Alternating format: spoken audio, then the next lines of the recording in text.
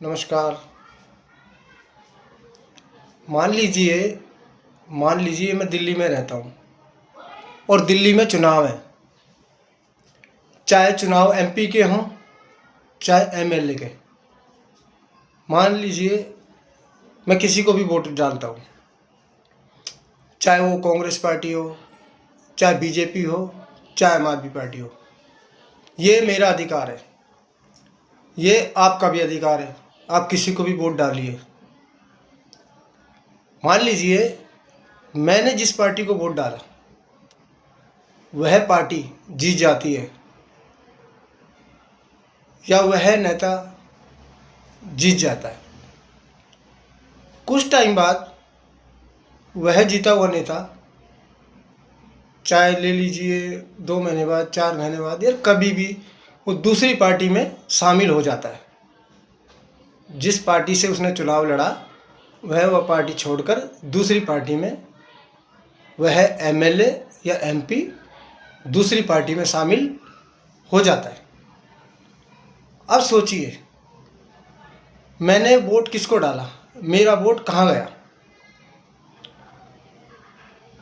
देखिए, अगर कोई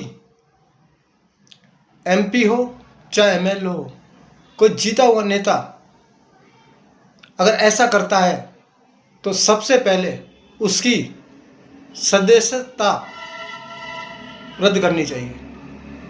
मतलब जिस भी सीट पर वह है उस सीट से उसको बर्खास्त करना चाहिए, उसकी सदस्यता रद्द करनी चाहिए। ये सही है, क्योंकि अगर कोई नेता ऐसा करता है तो वह जनता के साथ धोखा करता है, वह नेता जनता के साथ धोखा करता है। वह बाद में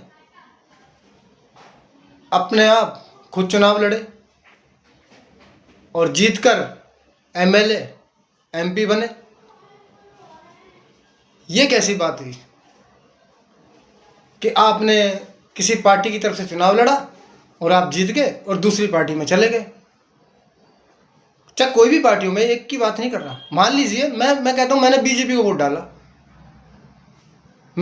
वोट डाला और बाद में वह नेता कांग्रेस में चला गया। ये कितनी गलत बात है, ये बिल्कुल गलत है। ऐसे नेता की सदस्यता, मैं दोबारा तिबारा बोल रहा हूँ, तुरंत रद्द करनी चाहिए। ऐसा कानून बनना चाहिए। अपने